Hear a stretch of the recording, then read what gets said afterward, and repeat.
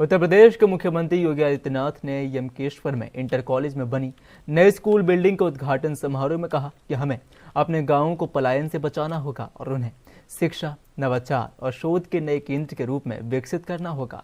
हमारे गांवों को एक बार फिर ग्राम स्वराज के इस विजन को साकार करना होगा जिसके लिए वे जाने जाते थे। मेरे बचपन में इस इलाके में सरकार पर हमारी निर्भरता बिल्कुल नहीं थी। गाँव वाले सब कुछ मिलकर करते थे। अब जनप्रतिनिधियों के स्तर पर संवाद बढ़ा है। गांवों को पलायन से बचाना पड़ेगा।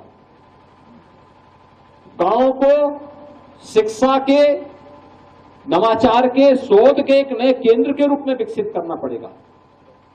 हमारे गांव फिर से ग्राम स्वराज की उस परिकल्पना को साकार करें जिसके लिए हमारा गांव जाना जाता था। एक आधार था,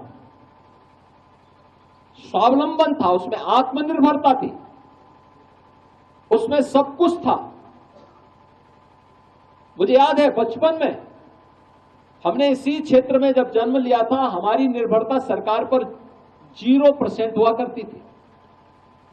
यानी कोई भी कार्य के लिए सरकार पर निर्भरता नहीं, गांव के लोग मिलकर के अपने सारे कार्यों को संपन्न करते थे। इस पूरे क्षेत्र में भी हम लोग देखते थे सरकार पर कोई निर्भरता नहीं होती। गांव की सड़क भी गांव के लोग मिलकर बना लेते थे।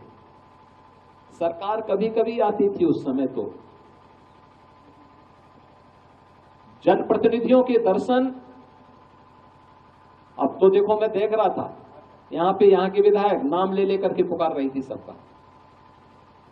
और जब हम लोग 1980 के दशक में देखते थे तो विधायक और सांसद का दर्शन चुनाव के समय होता था 5 साल में, बाकी कभी नहीं दर्शन होता था, कभी नहीं दर्शन होता था। आज तो अगर 1 महीने अगर विधायक नहीं आए तो हर व्यक्ति